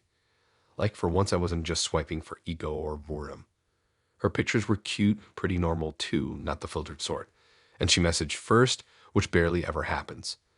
She was quick, loud in texts, but not in an annoying way. Just had energy. I liked that. Even after about a week of talking, grabbed burgers near this rundown arcade that somehow became our thing for the next month. Honestly, those first few dates were decent. Not magical or anything, just chill. She laughed at my jokes, shared her chips without acting like it was a big deal, and she didn't scroll through her phone every 2 seconds. That already put her above like 80% of people I'd met from the app. We hung out maybe 6 or 7 times, and yeah, things got close, but nothing wild. No big talks about the future or weird declarations. It wasn't that serious. I just kind of knew after a while that we weren't really a match long term. She had these little habits that I couldn't ignore. Like she'd get annoyed if I took more than 20 minutes to reply, or she'd make weird comments about girls I followed on Instagram, even though we weren't exclusive. She once asked me to delete someone just because she posted a gym selfie. Stuff like that. I tried to end it the right way. I didn't ghost. I didn't leave her hanging. I met her in person, told her I just didn't think we were on the same page, and I said I still thought she was great, but I wasn't gonna waste her time. She stared at me for a bit, didn't really react, then just said she understood and left. A week later, she messaged me out of nowhere saying she was pregnant. My stomach dropped. Not because I thought she was lying. I just hadn't even considered that possibility. She didn't say much else, just that she took a test and it was positive. No photo, no detail, just a sentence. I asked if she could show me the test or if she'd been to a doctor. Her reply was 3 paragraphs long, full of caps and spelling errors, saying I was already trying to run away from responsibility and that she couldn't believe I questioned her honesty. That's when I knew something was off. I tried to stay calm. I told her I just wanted to understand what was going on, but she wouldn't give me anything real. No screenshots, no appointment dates, just a bunch of angry messages telling me she didn't owe me proof and I should do the right thing. A couple days go by, then everything blows up. She posted a photo of me on her Instagram story with a paragraph written across it. It said I got her pregnant and was refusing to be involved. Said I blocked her. Said I used her. None of it was true. She tagged me in it. Tagged my job. Even tagged this small brand I used to do design work for. I got 3 missed calls from my mom that night. She had gotten a message from Sally, a full essay on Facebook Messenger, saying her son had gotten a girl in trouble and now wasn't picking up. She even attached a random photo of us from one of our dates, just to make it look serious. My sister called next, asking who this girl was and why she just got followed by someone named Sally Truth Speaks on Instagram. I felt like my stomach had fallen through the floor. I kept checking my phone every 2 seconds. She had posted screenshots of our texts, not even the full conversations, just the parts that made me look like I was avoiding her. She cropped it in a way that made it seem like I had ghosted her after hearing the pregnancy thing, even though I've been trying to ask questions. I tried messaging her directly. No reply. She messaged one of my best friends instead. Sent him this weird, fake screenshot of a bank transfer saying I had paid her off to stay quiet. It was a random fake receipt with my name on it. No context, nothing. He sent it to me and just said, "Dude, what is going on?" Every time I thought it was over, she found some new angle. She made a throwaway TikTok account where she told the story of how I abandoned her. It didn't have my name in it, but it had my face blurred out and the background was clearly the burger place we used to go to. I don't know how many people saw it. The comments were brutal, and she kept reposting it every time it got taken down. At one point, I was checking my phone before bed and I noticed she had started following my cousin's photography page. Then my other cousin. And this girl I had dated 2 years ago who wasn't even in my city anymore. It was like she was digging, trying to find people connected to me, trying to create some chain of witnesses. I finally messaged her again. Told her if she really was pregnant, I was willing to talk, but only if she gave me a real doctor's note or some kind of confirmation. She left me on read. Then she messaged my mom again, saying I was threatening her. After that, I just stopped replying. Blocked her on everything. Told my family to do the same. Most of the posts disappeared after a while, and she kind of faded. But even now, months later, I still get random likes on old photos from weird burner accounts, like she's still watching. Or maybe she told the story to someone else, and now they're trying to see who I really am. I never saw her in person again. Never heard anything else about the pregnancy.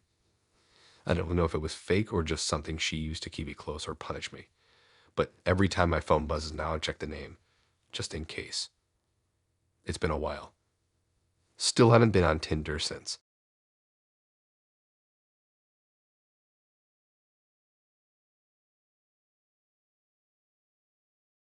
Tinder is usually just noise. You swipe, talk for a bit, and either get ghosted or realize the vibes are dead. But Greg stood out. Not because he was insanely good looking or anything. He wasn't. He had this soft face, kind of pale, a bit sleepy looking, and his profile was super basic. Just a mirror selfie, a picture of him with a dog that I still don't know if it was his, and a short bio that said he liked long walks and watching documentaries. But he messaged first, and he wasn't cringe. He just asked about the weird hoodie I was wearing in my pic. It had a huge drawing of a sad orange on it, and from there it felt kind of chill. He didn't try too hard. Our chats were dry in a good way. like we didn't need to overthink it. He said he lived near this quiet coffee shop just off the main road, the kind that sells you cinnamon oat milk weirdness with fairy lights in the window. I was down. I thought it'd be one of those have a quick coffee and bounce kind of dates. It wasn't. So I got there first. The cafe was half empty, weird indie music playing, staff moving slow, that kind of vibe. I grabbed a seat by the window and started scrolling, expecting Greg to walk in solo. 10 minutes go by and this woman walks in. Older. Black trench coat. Glossy lipstick. Super stiff posture. She looked like the kind of person who calls the manager even if nothing's wrong. She walks in like she owns the place. Doesn't even glance at the menu. Walks straight over to my table. And right behind her, Greg. I didn't even get a second to say anything. She just sat down across from me like she'd been invited. Greg slid in next to her, awkwardly, and smiled like this was completely normal. And I just sat there, blinking. At first, I genuinely thought maybe they ran into each other by chance on the way there. Like maybe he bumped into his mom walking her dog or whatever, and she was just dropping him off. But nah, she was prepared, fully sat down, unzipped her coat, and pulled out her reading glasses like she was about to conduct an interview. No exaggeration. She looked me up and down, head tilted like she was examining a fruit for bruises. She didn't say hi, just stared at my outfit. I was wearing a gray jumper, jeans, nothing wild. Her eyes stopped at my trainers and stayed there for a second too long. She kind of made this small, sharp noise with her mouth and turned to Greg like she was silently scoring me out of 10. Greg just sat there, smiling like he was about to introduce me to a game show. Then the interrogation began.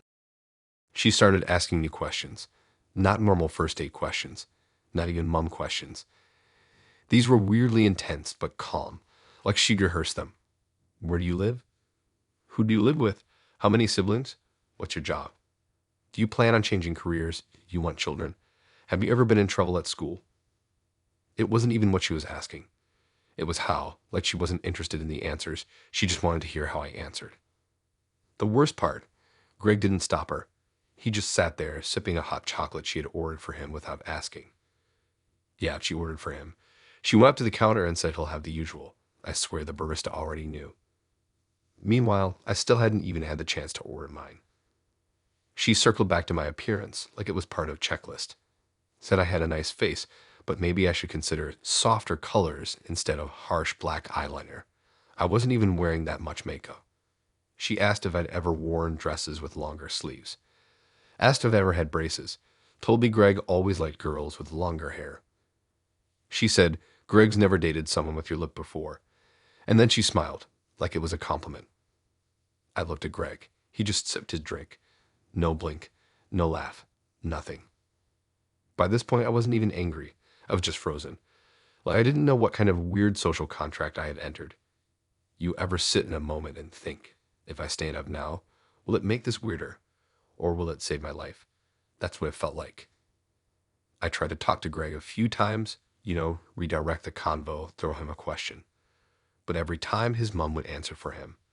If I asked him what kind of documentaries he liked, she'd say, oh, he's always loved true crime. Remember that one about the woman who vanished in Italy? He watched it 3 times. He just nodded. It wasn't like he was being shy or embarrassed. It was like he was letting her date for him. Like I wasn't there to get to know him, I was there for some approval process. And then she pulled out a notebook. No lie. She had this little leather journal and flipped to a bookmarked page with a list. It had headers. Categories, education, career, family background, religious beliefs, pets. I looked at Greg again. He didn't even flinch. Just adjusted his seat so he could see the page better.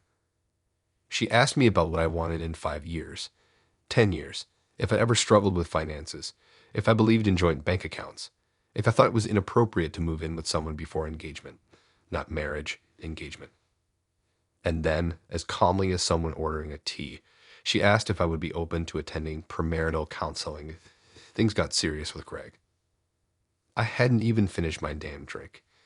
The last straw was when she reached into her bag and pulled out a laminated card. It was a list of core values Greg lived by, like a moral resume, stuff like integrity and modesty and community loyalty. She said it helped me decide if I was truly compatible with him. I left No goodbye, no excuses. I just stood up, said I wasn't feeling well, and walked straight out the cafe without looking back. I blocked him before I even got to the end of the road. Deleted the app a few hours later. But the weirdest part, a week after that, I got a letter in the post, not a text. A letter. No return address. It was printed. Formal. Just a short paragraph thanking me for my time, saying, unfortunately, the connection wasn't ideal, and wishing me luck in future romantic endeavors. It was signed Gregory and his mother Joan. I didn't reply. I never told anyone where I lived on that date, so either he searched for me or his mom did. Either way, I don't use Tinder anymore. Not because I'm scared, but because I don't think I could handle meeting someone's entire family before the second latte.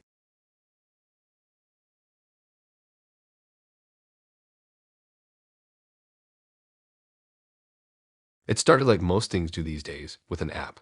Her name was Lisa. She had this lazy smile and this messy kind of hair that looked like she didn't try at all, but it somehow worked. We matched on Tinder after a long string of dry convos with people who coasted before the second reply. She wasn't like that, though. Lisa replied fast, she was funny, and she actually wanted to meet up. We got coffee first, just outside a small museum near the canal. It was nothing fancy, but it was low pressure. She showed up wearing a vintage-looking coat and fingerless gloves. She had this energy that made it feel like we'd already met before. Everything flowed easily. No weird pauses, no awkward silences, just chill. One date turned into two, then three. We started seeing each other pretty regularly. No red flags, at least not then. Lisa started leaving little things behind at mine, and at the time it felt kinda natural. The first thing was a toothbrush. I remember it clearly because she didn't even mention it. It just appeared in the cup next to mine. The next day, it was a hair tie on the bathroom sink. A week later, there were two of her books on my nightstand and one of her jumpers draped over the back of my chair. It didn't seem weird at first. I mean, she was staying over more often. We were getting closer. It made sense, right? But then it kept going. One day I came home from work and noticed my fridge was different, like more full. Stuff I never buy, almond milk, a weird brand of yogurt, some sort of meat substitute that I didn't even know existed. She'd done a grocery run. Still didn't feel like a big deal.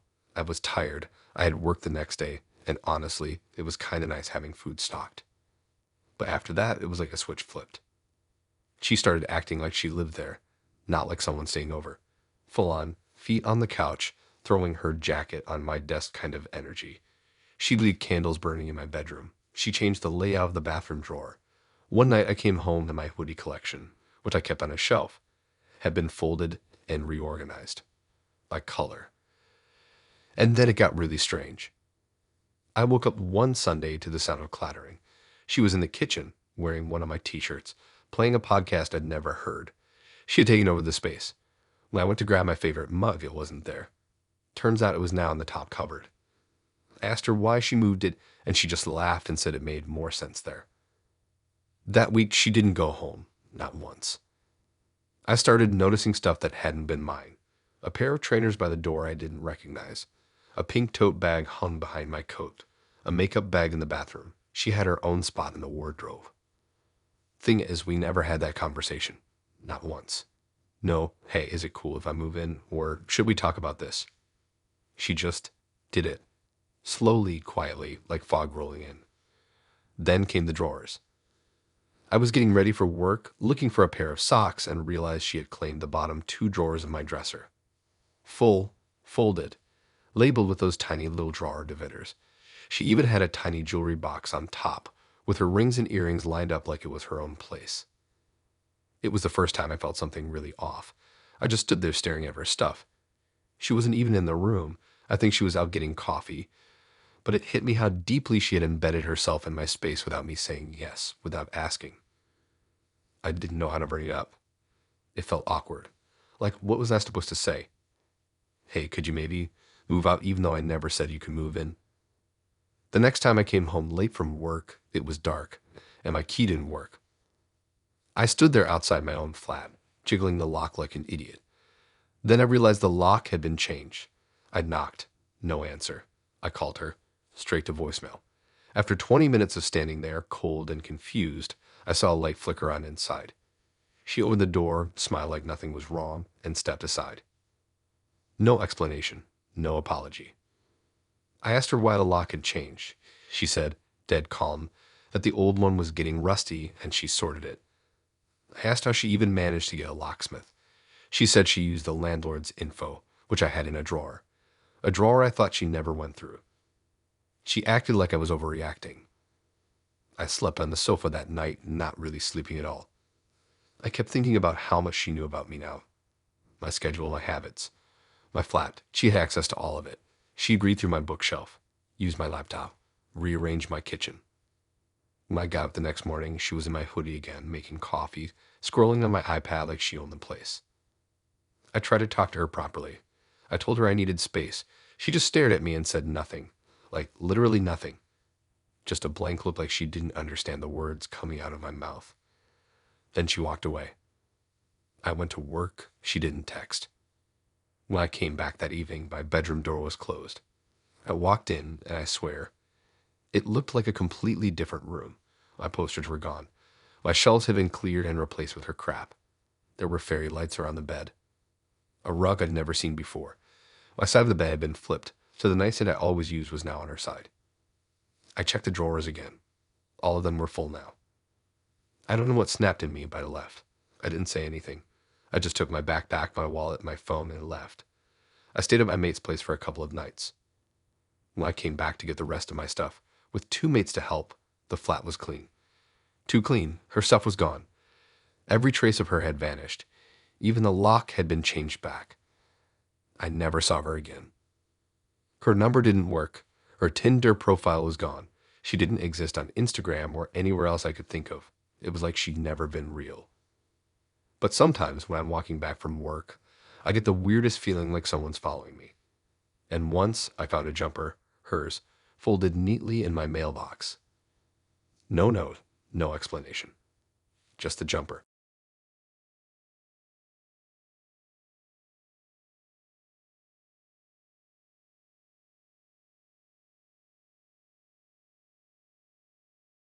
I met Yasmin on Hinge.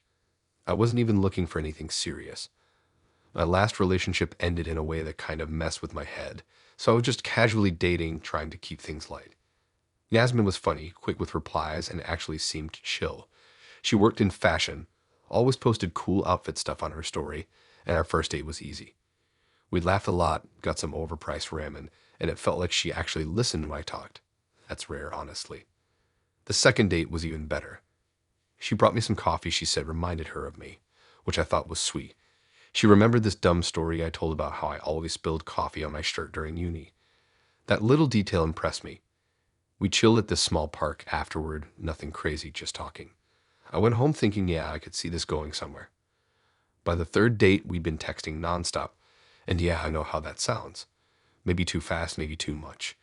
But when someone feels that into you, it's hard not to get caught up in it.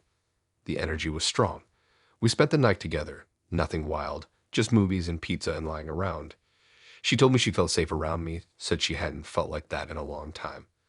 I remember just lying there and thinking, all right, maybe this is more than just a few dates. Things changed fast after that. It started with little things, like she randomly asked if I was talking to anyone else. I said no because I wasn't. I wasn't juggling anything. But the way she asked, it wasn't casual. It felt like a test, like she was waiting to catch me slipping. Then she started asking who I was texting. At first it was joking, or at least I thought it was. But then it turned into full-on accusations. Like one time, I got a text from my sister while I was with her, and she straight up took my phone and scrolled through it. Didn't even ask. Just did it. I didn't stop her because I thought, whatever, nothing to hide, right? But after that, they got worse. She'd get upset when I took too long to reply. I'm not the type to be on my phone every second, especially when I'm working or out with friends. But she didn't believe that. She started saying stuff like I must be hiding someone or that she saw me active on apps again, which was weird because I had deleted them. She'd bring up things I liked on Instagram, stuff I didn't even remember. Once I liked a photo of a girl I knew from school, fully clothed, just a selfie, and she messaged me a paragraph asking if I wanted to be with her instead. The tipping point was this one weekend. I had plans to visit my parents, which I told her about a week in advance. She said, cool, have fun. I thought we were fine. But halfway through the trip, she started blowing up my phone, accusing me of lying about where I was. Said she could hear girls in the background of one of my voice notes. That made no sense. I was literally in the car with my mom. I told her that. Sent her a pic. She still didn't believe me. Started crying over the phone, saying I made her feel crazy. That was the moment I should have backed out. But I didn't. I felt guilty. She made me feel like I owed her something, like I was the one who hurt her.